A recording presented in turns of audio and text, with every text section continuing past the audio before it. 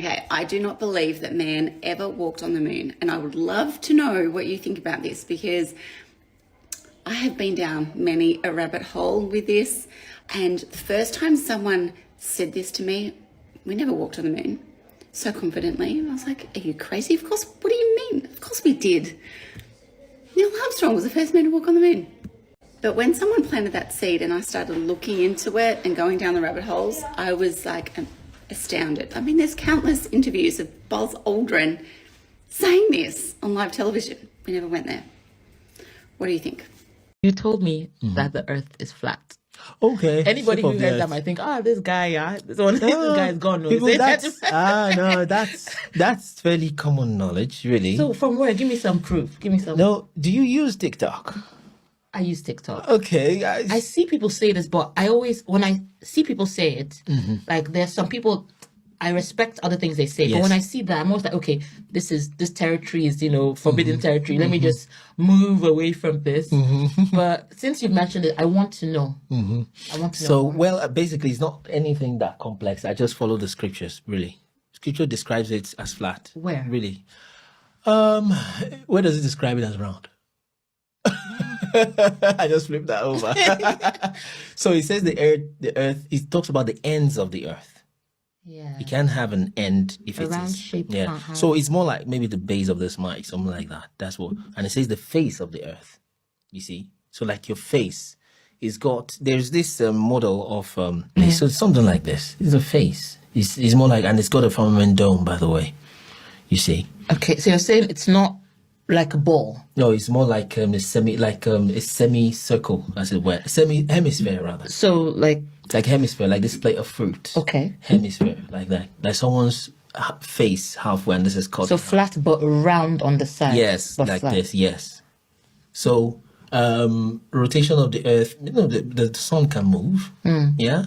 What else? Landing on the moon, come on, that's a joke. That's a Hollywood movie. But if the earth is flat, how come no one has fallen off the side?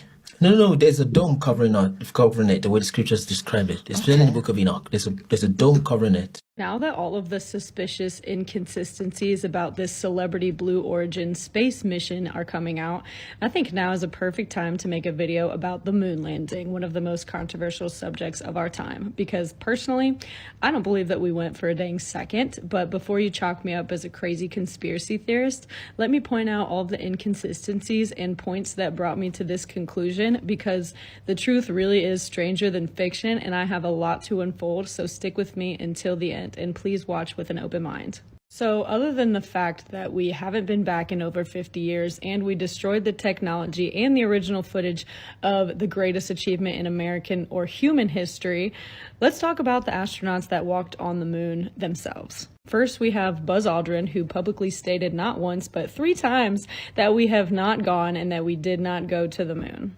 Roll clip. What was the scariest moment of the journey? Scariest. It didn't happen. It could have been scary. We went down and we watched you guys land on the moon. No, you didn't. What? Because there wasn't any television. There wasn't anybody taking a picture. You watched animation. See, you associated what you saw with... I have very hazy memories. Yeah, I know. Well, what we saw was we all were gathered around the old curved-top radio and listened. Talking about, how many feet we were going to the left and right, and then I said, contact light, engine stop. It's and exciting. A few other things, and then Neil said, Houston, Tranquility Base, the Eagle has landed. Man, how about that? That was very exciting. Not a bad line. Yeah. Has nobody been to the moon in such a long time? That's not an 8-year-old's question. It's my question. I want to know, but I think I know.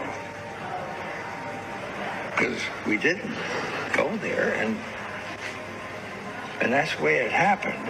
And Next, we have Neil Armstrong, who refuses to swear on the Bible that we walked on the moon, which, okay, nobody is requiring him to do so, but he also refused to have his photo taken on the moon, and he quit NASA just 2 years after walking on the moon. Was he ready to retire, or was he feeling guilty for lying to the entire American public? I guess we will never know, but the video footage taken of the astronauts directly after they got back from the moon mission makes me feel like he didn't want to be a part of it anymore. This was them before the moon mission, and this was them directly after. You can't tell me that they don't look like a bunch of guilty dogs. Like they just got back from walking on the moon. If I just got back from walking on the moon, I would not be able to stop talking about it, but they look like they don't want to talk about it at all. Maybe it's just me, but they literally look like they were being interrogated. And they also said that they didn't see any stars while they were on the moon, but you'd think that being on a rock in space with no atmosphere, you'd have the clearest view of the stars and the Milky Way galaxy that anybody has ever had. We're never able to see stars from the lunar surface or on the daylight side of the moon by eye without looking through the optics. I don't recall during the period of time that we were photographing the solar corona what stars we could see. I don't remember seeing any. They didn't even take one photo of the stars from the moon. But whatever, they said it was too bright. They said it was daytime on the moon, which this photo was taken from the moon landing, and the bottom half of Earth is in darkness, which would mean that it would be daytime. But if the sun was directly overhead of them, like how the Earth showed in the last photo that I showed you, how are their shadows incredibly long? This would mean that the sun would have to be directly to the side of them and not overhead. I've also seen the argument that multiple objects had shadows pointing in different directions, which would be entirely impossible if their only source of light was the sun, which is what they said.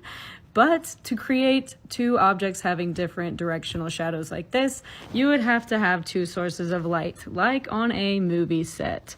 Space may be the final frontier, but it was made in a Hollywood basement. Even the astronauts themselves have a plaque on the Hollywood Walk of Fame. That's one small step for man, one giant leap for public television. But whatever, again, this is all just speculation and things that just don't add up to me. And if you Google any of the questions that I've asked so far, you will get some kind of BS explanation for every single one. Because, newsflash, the government has control over Google and the media. Why do you think if you Google any government conspiracy ever, you are bombarded with negative fact checkers? But that is for a whole nother video on a whole nother rabbit hole on a different day.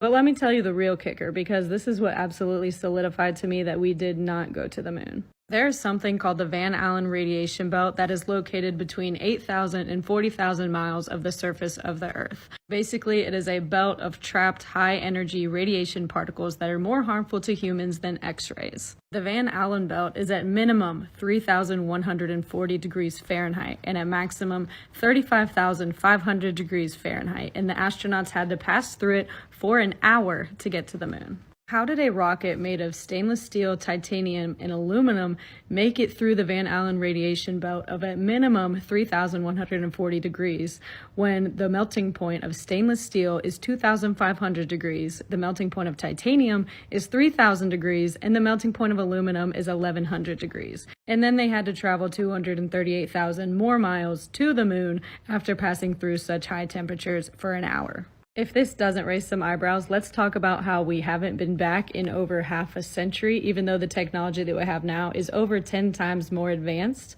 The farthest that we have sent man since the Apollo 11 missions is 1,408 kilometers, or 875 miles.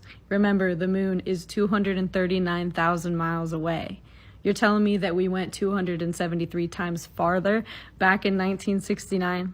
And we were able to land the module perfectly on the moon, even though NASA's Apollo guidance computer has less computing technology than a toaster and is less advanced than a pocket calculator. And President Nixon called the moon on a landline 239,000 miles away, even though I can't get service on a back road nowadays. And let's just watch the video of the Apollo 11 module taking off from the moon to head back to Earth. 3, 2, 1, ignition.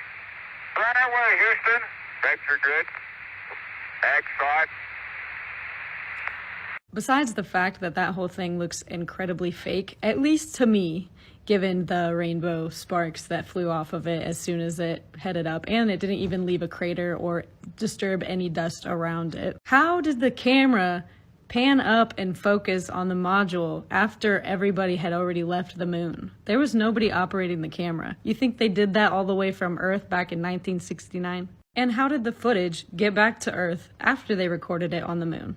This was before the internet. This was 1969. And let's not forget that the module had to perfectly reconnect with the command module that had been revolving around the moon this entire time, and then head back through the Van Allen radiation belt. Hopefully this is enough for you to start asking questions, but if not, don't worry, I'm gonna keep going. This is a photo taken of the dark side of the moon that clearly shows the proportions of the moon compared to the Earth. The moon is allegedly 1/4 the size of Earth. If that image is true, how can this image also be true? If we were on the lunar surface, the Earth would appear huge. But given this photo, these proportions are absolutely not the same. Hopefully by now we know that NASA is no stranger to Photoshop, given that the man that creates the blue marble image, Robert Simmons, says that it is Photoshop because it has to be.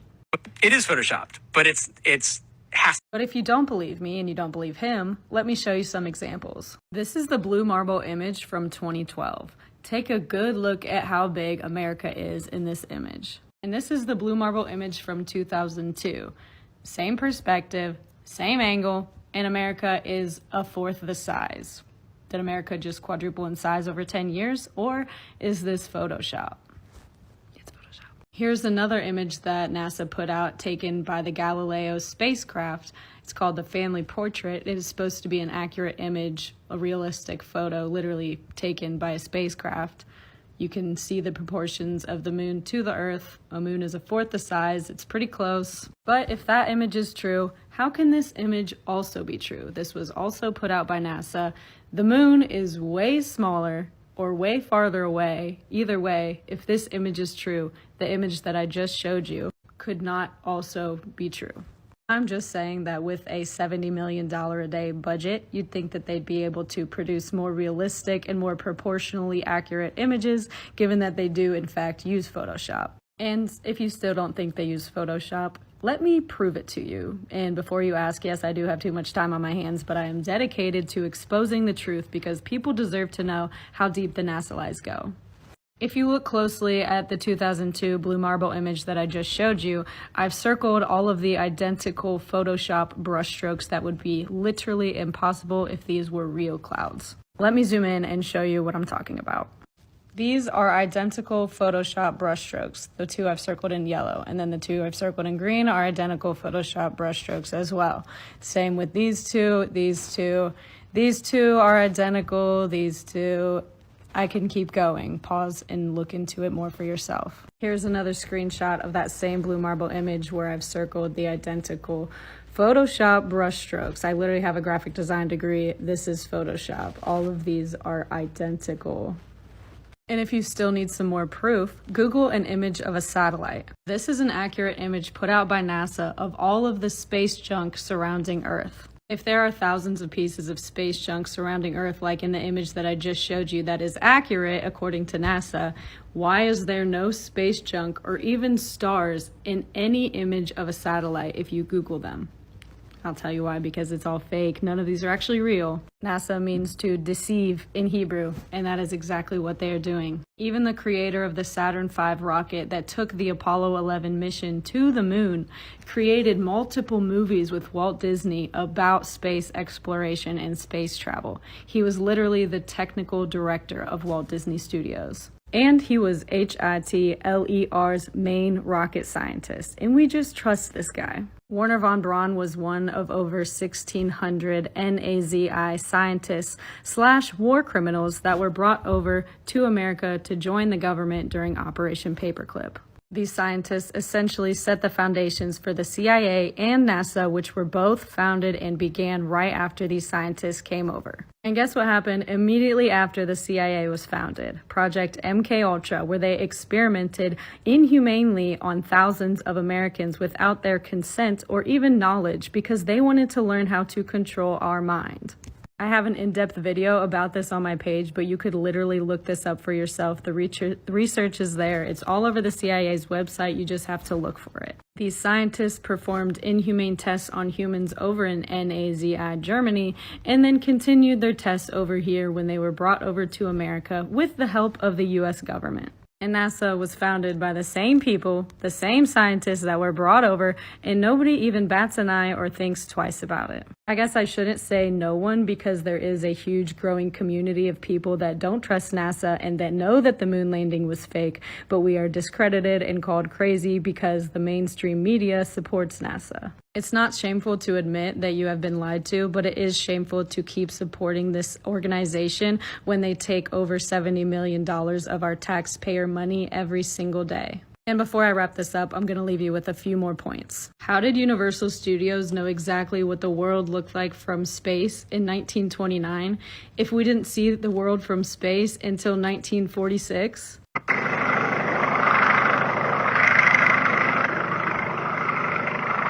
If this is what the Christmas hats looked like in zero gravity in 1999, laying flat, why is this what they look like in zero gravity in 2023?